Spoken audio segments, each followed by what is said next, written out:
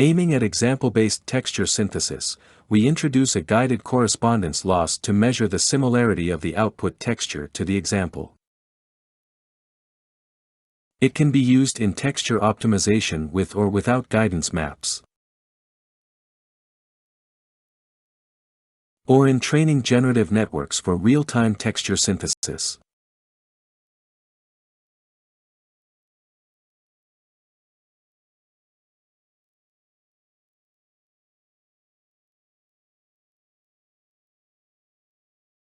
Our method can be also applied to many image editing applications, such as texture transfer, image in painting,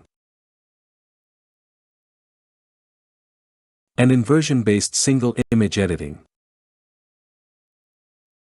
Example-based texture synthesis aims to synthesize new textures that retain the patterns of a given exemplar.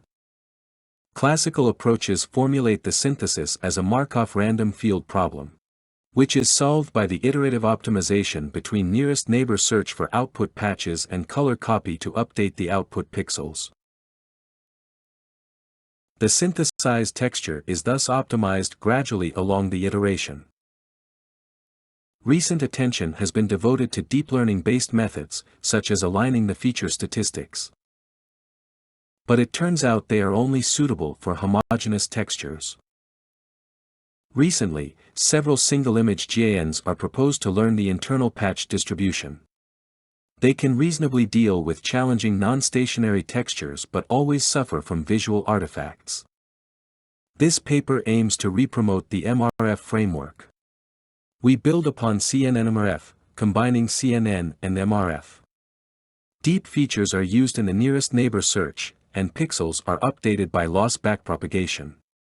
The output texture is optimized by iterating the two steps. However, we found results output by CNN-MRF have severe repetition issue and blurry issue. Addressing the issues, we propose a novel guided correspondence distance in the nearest neighbor search. It has three terms: the similarity between deep features, the guidance distance, and an occurrence penalty, which is added for solving the repetition issue.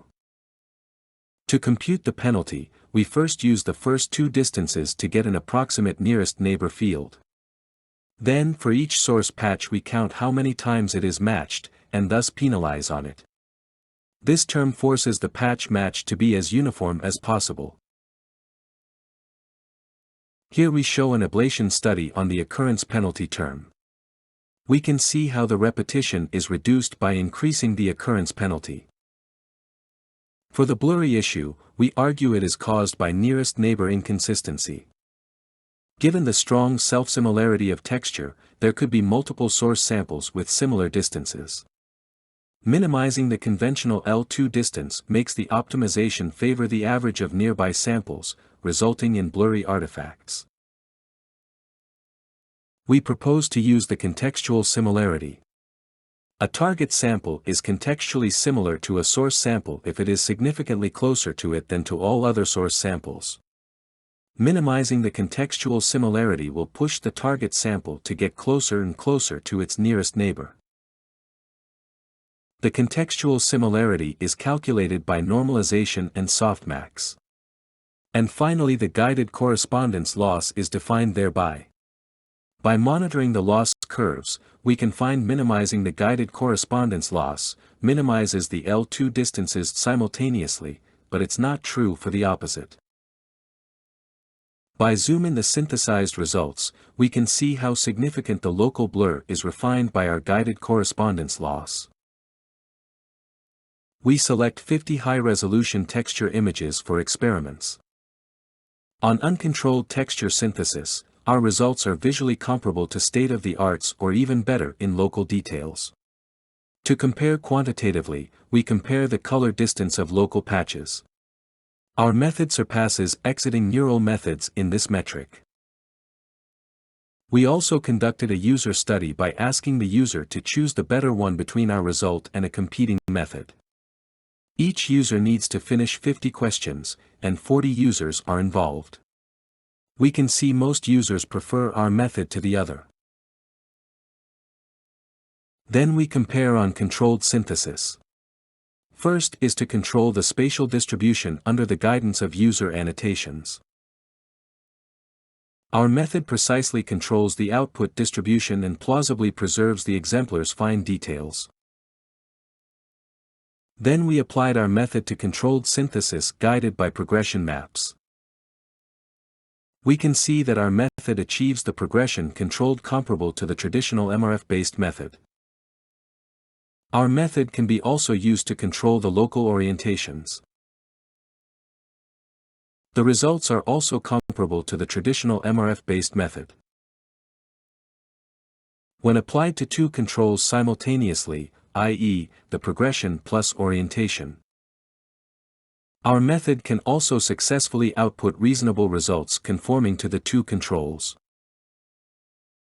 An important property of our loss is that it can be used to train feed-forward networks as a general textural loss. Here we show training texture nets using our guided correspondence loss. We can see our loss achieves comparable results compared to the sliced Wasserstein loss. For more challenging inhomogeneous textures, we train SPADE to achieve real-time controlled synthesis. The training contains two stages. In the first stage, we train the generator to reconstruct the source textures from the source guidance maps. In the second stage, random synthesis are performed under the constraint of adversarial loss and our guided correspondence loss. The trained generator can achieve real-time texture synthesis either with progression or orientation control. While using only adversarial loss or sliced Wasserstein loss cannot deal with such a challenging task. Our loss function can also be applied to several image editing tasks. For example, we can replace the gram loss in style transfer with our guided correspondence loss, thus achieving texture transfer effect. Or image in painting by constraining the texture optimization to fill the holes only using source patches from the remaining area of the same image. We can add the guided correspondence loss to imagine, an inversion-based single image editing method, for single image editing. From the comparison, we can see the combination of semantic loss and guided correspondence loss leads to the most plausible editing both in semantic content and fine textures. Code is available on our project page. Thank you for your listening.